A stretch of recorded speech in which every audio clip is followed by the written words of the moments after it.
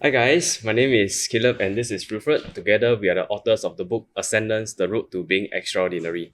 So in this podcast series, we hope to share with you how you can use your strengths to be more motivated and energetic at work. And in today's episode of Strengths Unlocked, we have specially invited Elvan. Elvan is an associate director in his firm and he has been in this career ever since 2020, right? Even before he joined university. Wow. And ever since he has done 3 times MDRT and one court of the table, right? And Elvan focuses a lot on the pre-retirement market as well as the professional market. And today we'll be unlocking the strengths of Elvan, which are deliberative and analytical, right? So welcome Elvan to the show. Thank you, Caleb. Yeah, and to kick off, shall we talk a little bit more about deliberative first, Wilfred? Okay, so deliberative is quite different from all the other guests that we have interviewed so far. For people with high deliberative, you get energized by thinking. When you talk with someone who is high deliberative like Elvan, right, you won't be surprised to see when you ask him a question, it takes a while to reply compared to someone who's high activator like me, where I will say something even before I know what I'm going to say. So they get energized by thinking about scenarios in their head, what's the best thing to say, what's the wrong thing to say. And when they make decisions, actually quite carefully deliberated, and I would call them the intelligent thinkers. And every decision you make is more or less a calculated decision. Yeah. So for Elvan, right, maybe as a first question, we would like to understand more, and for the audience to understand as well. As in your journey as a financial consultant and as a very young associate director at 24 years old at that point of time, how has deliberative been how has the talent of deliberative hindered you in your progress to become the leader or FC that you want to be? Right. Thanks, Wilfred, for that question. I think for myself, like you see, right, even I use the word think. So it's True. yeah, it's a very nice way of saying highly intelligent, but sometimes maybe I'm just a bit slow in that sense. So I think for myself is how has it hindered me, right? It's more of the opportunities that I have forgone because I took some time to think about it. And I think even for social events, some people, right, will just go for it. Yeah. They will just, oh, sure, call me in and then we'll go. Yeah. For myself, I'll think about it. I'll see if it's worth it. Worth in what sense? It need not just be things that are transactional. It can be very, it can be things like happiness. Will it bring you happiness? Or will I rather spend some time alone at home with my girlfriend, You're right? weighing always. Correct. Yeah, I'm always thinking. Okay. Yeah, I'm always thinking, then I'll look at my schedule, my calendar, thinking whether should I spend this time here or should I just go and hit another extra workout just so that I can feel a little bit healthier in that sense. Yeah, so I think in that sense, deliberative has hindered me in many ways, like meeting different kinds of people because of the way I think. That has set a little bit of boundaries for myself, hindering my progress as a person in terms of personal growth. Yeah. Yeah, and I hear that you think a lot every day. Yes. Right, and in many different scenarios, different situations. So how do you find that fine line between thinking and overthinking? Yeah. Right. That's a very good question. I start to look at how many thoughts people have in a day. Okay. So on average, it's around 60 to 90,000 Okay. thoughts. So okay, what can consider as a thought if the audience is wondering is, if you wake up and then you decide whether you want to wake up or not, that's one thought. I don't think anybody will want to think twice whether they want to brush their teeth, but some people do. I don't know. Not judging. So those are thoughts, you see. And whether we take a certain bus route or we take a certain train, should I chiong for this train? Should I take this bus at this time, or should I look at the SG buses app, right? Should I go for the next bus? All these are thoughts that are considered thoughts that are running through our heads every single day. So I think that in itself, right, is overthinking sometimes. But how do we control that? Yeah. How do I know whether it's overthinking? Yeah. The thing is, I don't.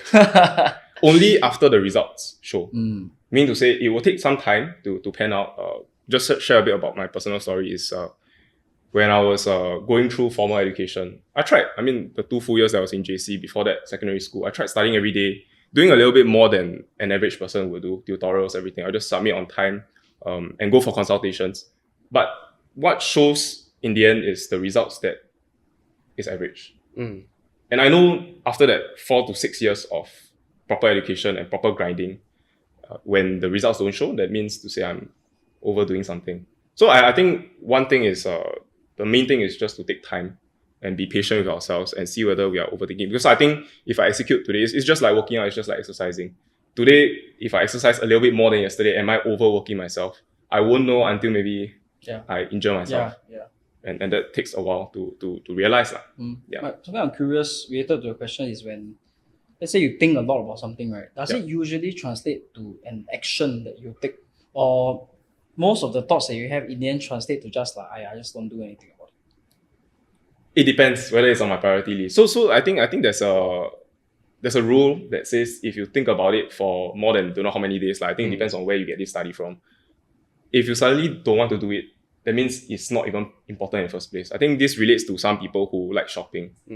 When it passes, I think they give themselves like a 1 month window. If 1 month later you don't think about that anymore, right? That means you don't actually want it. So for myself, I think I would just put it, if it's not an important and urgent task, I would just leave it aside first. And which means to say there's no deadline. So if there's a deadline, then of course I have to prioritize and reorganize things. But if there's no deadline, I think 1 month later, I'll look at my to-do list again. So for myself, I will always have an execution list. And if I think of something, I immediately go to the execution list and I put it in. So every single day I'm looking at this execution list.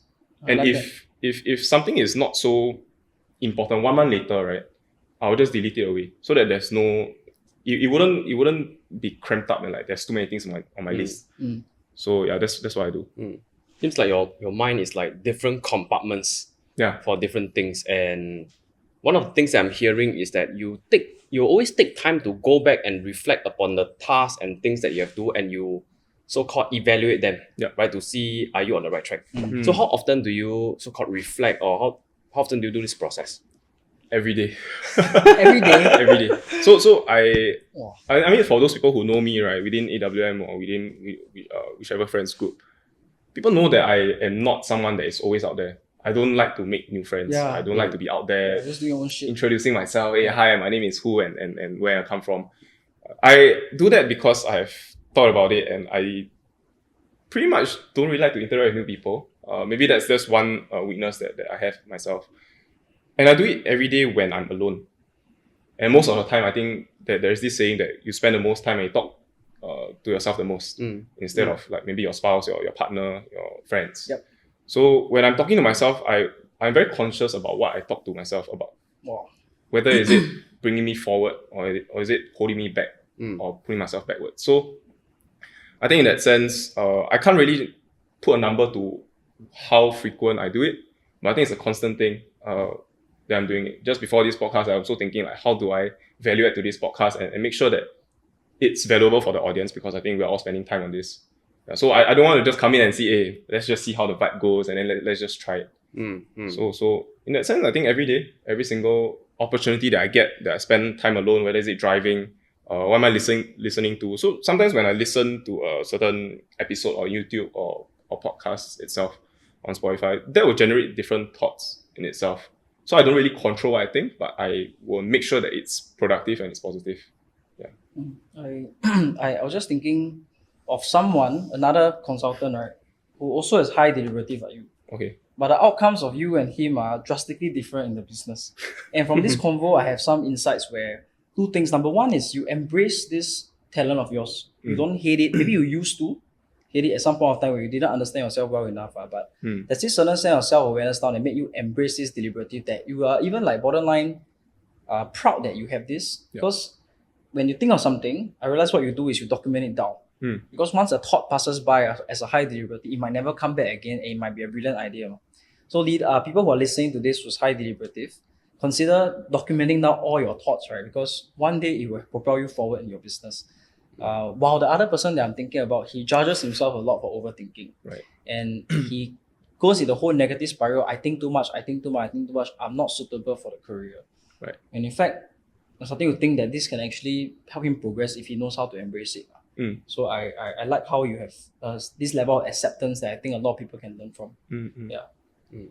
Can you think back to a time where you had so-called raw form of deliberative, means you maybe overthink a lot, versus more mature form, right? What are the differences you notice within your own thought? Maybe you can elaborate on the raw and yeah. Okay, so in terms of raw, I would like to think that you're someone that is very conscious of your decisions. You're thinking, should I do this, should I do that, and how should I execute this? and it may or may not lead to execution. Right? For some, it's I got this idea, this plan. Right. 3 months later, nothing's done. Usually it's Finished. inaction for raw form. Like, Okay. because you want to move forward to what you want to achieve, but raw brings you backward. You just get further away from the execution phase. Was there anything that he was facing through or trying to execute that in the end you think until you never do, and it's still something you remember until today? I have wanted to do a lot of things. And so I think deliberative is always thinking about what is the outcome that I can get and whether is it worth the time. So for example, I think I wanted to start a CCA before. Wow. What? Yeah, I wanted to start a CCA because I'm someone who works out quite a lot, and I wanted to do this thing called calisthenics. So maybe this podcast can keep me accountable to this lah. I wanted to do it since I think 2 to 3 years ago. Where? In what platform? In my school. SMU. Oh, wow. So I still have a shot at it. For those of you who are watching, I think if you're interested in calisthenics, we can work things out together. No pressure. Yeah, no pressure. Yeah. So I've been wanting to do this because I have to work out anyways. And I think that this calisthenics community has been rather small in Singapore. Most people just like to go to the gym. Yeah. And on this deliberative point, right, how I started on calisthenics was not just I want to work out, but as a student back then, I wanted to work out in the cheapest way. That means I don't have to spend money on. But I see that people are spending money, maybe $100 plus $200 per month. Some, maybe got offer and not, right? Less than 100. But I'm not willing to spend the money, you see. I think I can keep myself accountable without spending. And so I think this is one thing that I wanted to do, but I haven't been able to do since 2 to 3 years ago. And if given a chance, rewind time, I really don't know whether I will go and take action on it because it might attract a little bit more responsibility because technically I'm in charge of a CCA and have to spend time there, have to travel to school. All these are time and opportunity costs that is going through my head. So at the end of the day, I mean, I did get my assistants to find out the costs and everything to start a CCA. Actually, it's really not difficult. I'm just lamenting the afterwards. I already found out. Everything's on the table. Yeah, it's just I haven't go and do it yet. So that's correct. So that's the priority, and we are always flooded with immediate agendas. Like for example, if today the FC, my FC say that hey, I want to consult you on something, or I need help with another case study or whichever, my mind will be on that. It wouldn't be let's start a CCA. And this has been dragging on for 2 years. Okay. So that has stopped me from that. So what is the timeline looking like? The timeline is not looking too good. Because I'm graduating soon, so this is my second last semester. I have 1.5 to 2 semesters left. If I want to do it, I'll do it. Depends on the life stage. And if let's say I do free up some time and there are some things that are less important that goes down the priority list and this comes up, then I will do it. But if not, we'll see who's the next person that will start the club. Yeah, so to summarize whatever Elvan has shared, I think from a deliberative standpoint, he has used it to his advantage in a sense where he is very careful about the decisions he makes, and there is again a fine line that you don't overthink it, right? And I guess Elvan over the years has managed to find that fine line for himself, right? And along the way, of course, there are some experiences as he just mentioned about the CCA that he's wanted to do for a while, and he realized that he's been putting it off because it's not a priority, right? But again, he's very clear that it's not a priority. Yeah, so something that you can also try is compartmentalize your business, right? To see what is your priority, what is not, and when, at which month, which phase of your career should you do certain tasks. Yeah, and Elvan, if you have just one word of advice for someone that also has deliberative, what would that be? Take it as a strength. I think don't see it as a weakness. Sometimes people might say that hey, you have this strength and it's wasting a lot of time. It's causing procrastination. But I think in itself is a beauty lah. It is something that we should all embrace, and it is a strength that not many people will have. Some people, if you look around, it's not a bad thing also, but they will say things that they will regret later on. But for people who are deliberative by nature, probably wouldn't go too wrong. Famous last words lah. But sometimes it will promise you a high level of success in terms of how careful we are with our words. So embrace it. Don't take it too. Don't be too harsh on yourself. Use it, embrace it, and spread it well to people who maybe lack that strength, and possibly lift them up with the strength that they don't have. Nice. Okay, shall we move to analytical? Sure. So for people with high analytical, it is similar to deliberative where you think about scenarios before you execute. But for people with high analytical, you tend to think about two extremes, but which is before I do this, right, what's the worst case thing that can happen? Yeah. And what's the best thing that can happen? And that will typically give a parameter in their decision making process. Difference with people with high deliberative is they might think about things out of the box, in another square, in another circle. Yeah. It might not be within this thing, but analytical is a lot more strategic towards a outcome that they want. Right. So for you, for your high analytical talent, right? When you joined this career, I don't think it was an easy decision, especially for someone like you. Okay. Was it? Or was it lazy? It was quite straightforward, actually. Okay. In fact, yeah. So maybe you can elaborate more on when you heard about this career before you even became a uni student. You joined, right? Yes. What was the worst case? What was the worst case scenario of joining, and what was the best case that let you feel like it was a very straightforward decision for you? Okay, I think for some context, the worst case and best case was presented very well Oh, by my senior, and so I went back to think about it. It took me 3 days to drop my previous 3 days. job, which I was doing sales as well. So it took me 3 days to decide that I should just leave that aside and move on. So the worst case scenario for me was because I was not a student yet, and back then I think when I was at NSF, my allowance was around 800 plus. I was not a sergeant, I was not anything, I was a man doing normal stuff, and I had around 800 plus in allowance lah. And I was thinking that if let's say I am able to earn a little bit more than 800 within a month, that's a win for me. Because even if I go out and work part-time at that point, I think $10 to $12 per hour was quite normal. Yeah. And I did the math lah. So $12, let's say I just use $10 and I work 8 hours a day, 5 days a week. So that is going to be 80 times 5, right? Very analytical. That's $400. Yeah, $400. And after that, if you times, let's say I work for 4 weeks, because I think that we should be working lah. How much would that be?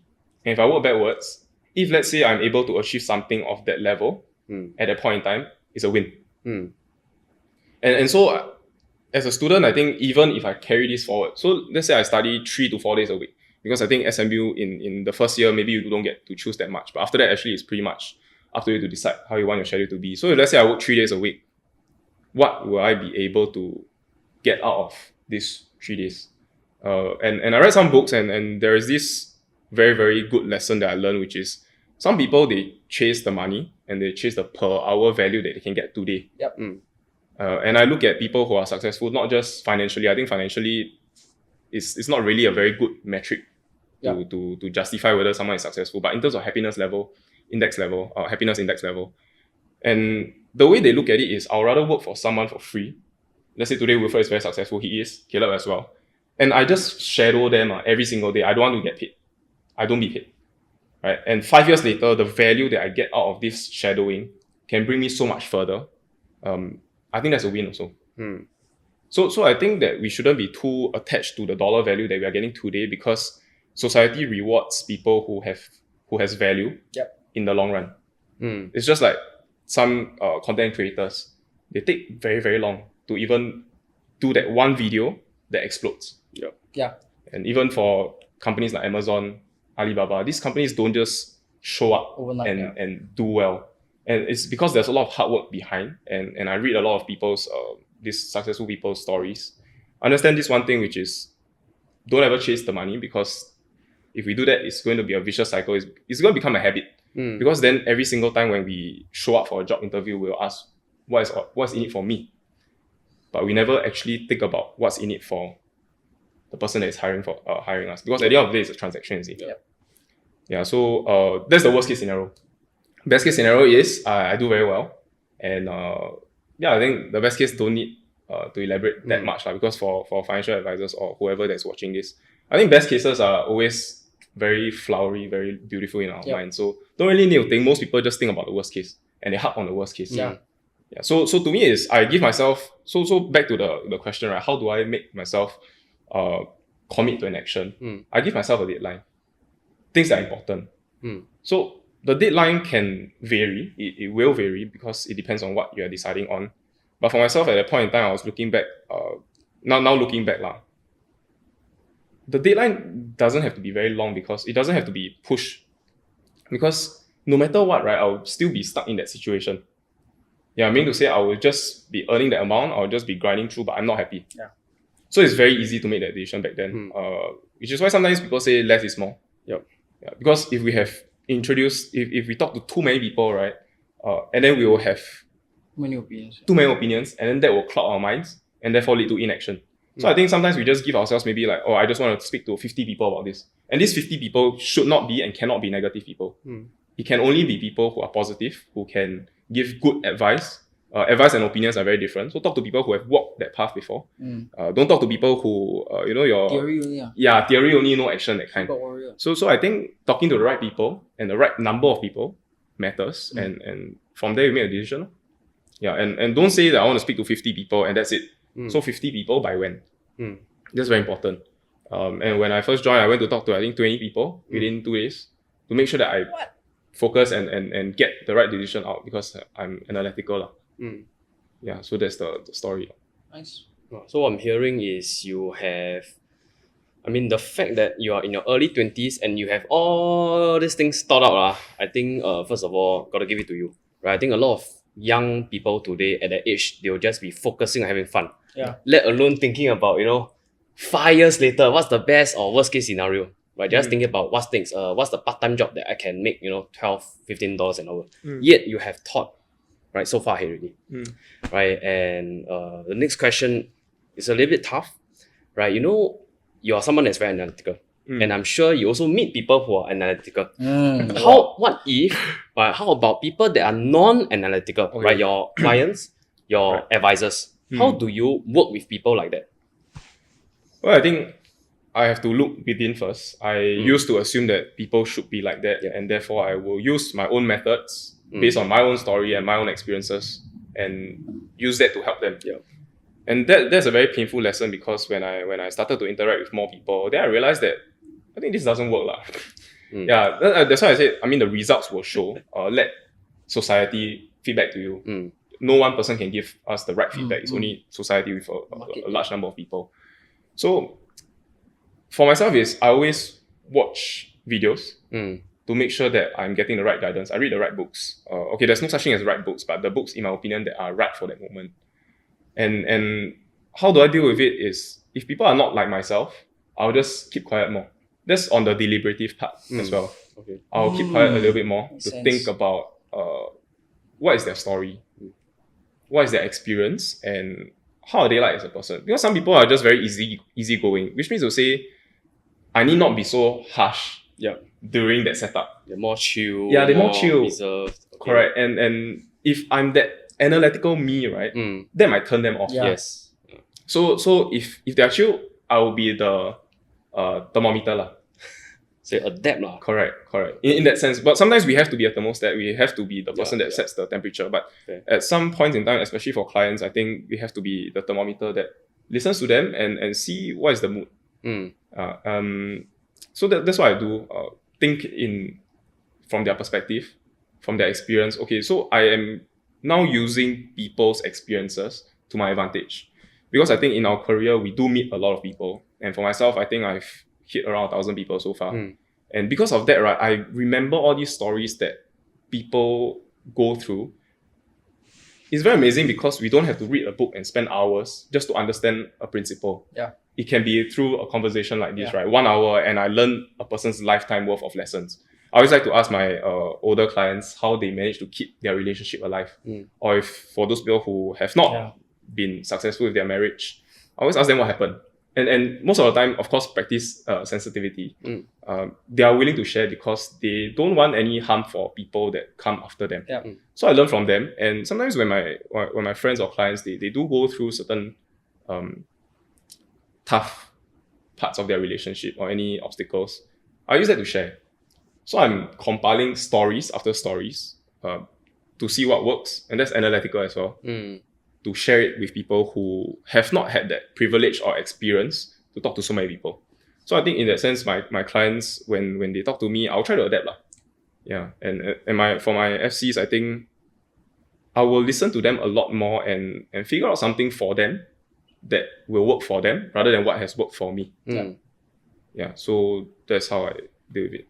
One of the core principles of strengths is that there is no perfect individual, but there are perfect teams. Yeah. So I think how, as an analytical person, I think you're very aware that you cannot expect everyone to be like you. Maybe at some point where there wasn't such a clear concept that everybody is unique. You expected people to be like you also, and you found it hard to work with others. Right. But I've seen another kind of awareness where if someone is not like you keep quiet more, lor. You hear them out more. Yeah. And for older people, if you have to make a connection, you can't just keep quiet all the way.